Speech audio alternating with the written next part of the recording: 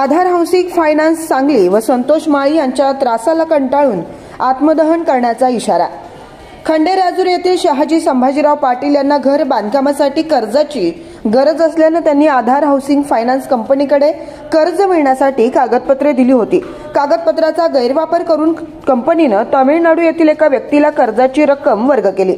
सदर बाब शहाजी संभाजीराव पाटील यांच्या लक्षात आल्यानंतर त्यांनी संबंधित कंपनीला वारंवार सूचना केल्या, तरी देखील कंपनीने कोणतीही दखल घेतली नाही। कर्जदार यांना सदर कर्ज प्रकार हा आमच्या संगणक प्रणालीमधून बिघाड झाल्यामुळे झालेला आहे असं लेखी उत्तर दिलं।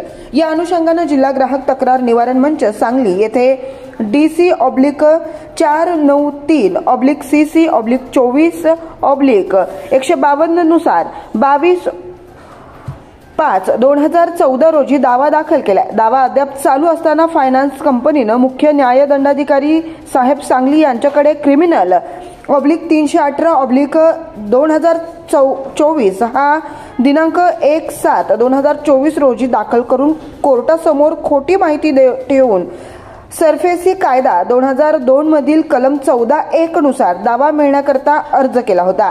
त्यावरती आदेश पारित करून ताबा घेण्याची प्रक्रिया फायनान्स कंपनीने सुरू केली।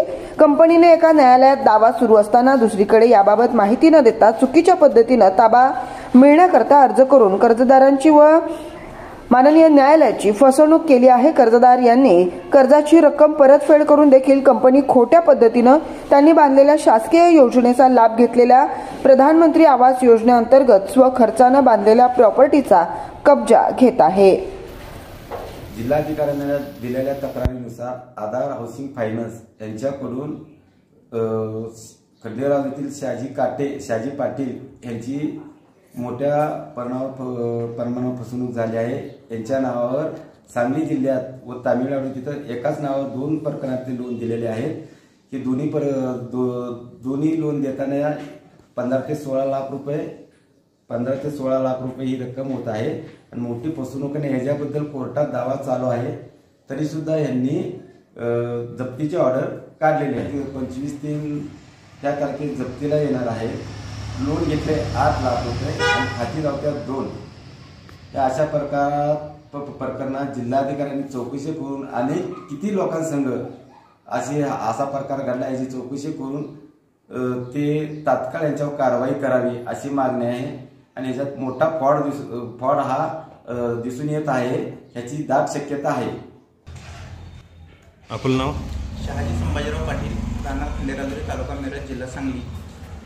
मी घर बांधण्यासाठी आधार हाऊसिंग फायनान्सकडून कर्जाची मागणी केली होती। त्यांनी मला 12 लाख रुपये कर्ज मंजूर केले, त्यापैकी फक्त 9.5 लाख रुपये दिल्यात। ती रक्कम मी घेतल्यानंतर 1 महिन्यानंतर माझ्या नावावर तामिळनाडूमध्ये त्यांनी 4,08,000 रुपये दिलेत। हे प्रकार माझ्या लक्षात आल्यानंतर मी माझ्या कर्जाची रक्कम व्याजासहित संतोष माळी यांच्याकडे जमा केल्या, पण त्यांनी आज अखेर मला पावती दिलेली नाही आणि त्याच कागदपत्राचा गैरवापर करून त्यांनी जिल्हा कोर्टाकडून माझ्या प्रॉपर्टीवर ताबा घेण्यासाठी आदेश करून घेतला आहे आणि त्यासाठी जप्तीला ते 25 मार्च 2025 रोजी येणार आहेत। यातून जर काय माझ्या कुटुंबाचं बरं वाईट झालं किंवा माझ्या जीवाला काय धोका निर्माण झाला तर या सर्वस्वी गोष्टीला संतोष माळी यांना जबाबदार धरा, अन्यथा मला आत्मदहन करावं लागेल। जर माझ्या कुटुंबाला, माझ्या परिवाराला किंवा मला, माझ्या प्रॉपर्टीला जर काही इजा झाली किंवा काही नुकसान झालं तर या सर्व गोष्टीसाठी जबाबदार फक्त आधार हाऊसिंग फायनान्स आणि संतोष माळी हे दोघंच राहतील। आजपर्यंत संतोष माळी यांच्याकडे रक्कम किती दिली? आजपर्यंत संतोष माळी यांच्याकडे 9,77,000 प्लस व्याज अशी सगळी रक्कम दिलेली आहे रोखीनं। त्यांनी आज अखेर मला कोणतीही पावती दिलेली नाही। तुमची खाती इतर ठिकाणी दाखवतात का? तामिळनाडूला दाखवते। कोणाच्या नावे? शहाजी संभाजीराव पाटील यांच्या नावे। देखील माझीच प्रॉपर्टी तारण आहे। त्या कर्जाला माझीच प्रॉपर्टी तारण आहे।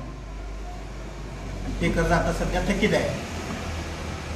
मग त्या थकीत कर्जासाठी तुमच्याकडून हप्ते कटिंग होतात का? होय। किती आतापर्यंत किती हप्ते कटिंग झाले? 2 हप्ते कटिंग झाले। त्यानंतर मी बँकेला पत्र देऊन ECS सगळे बंद करून घेतले।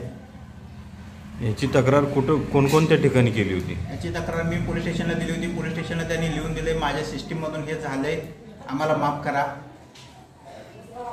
त्याच्यानंतर त्या पत्राच्या आधारे जिल्हा ग्राहक तक्रार निवारण मंचमध्ये आता दावा दाखल आहे।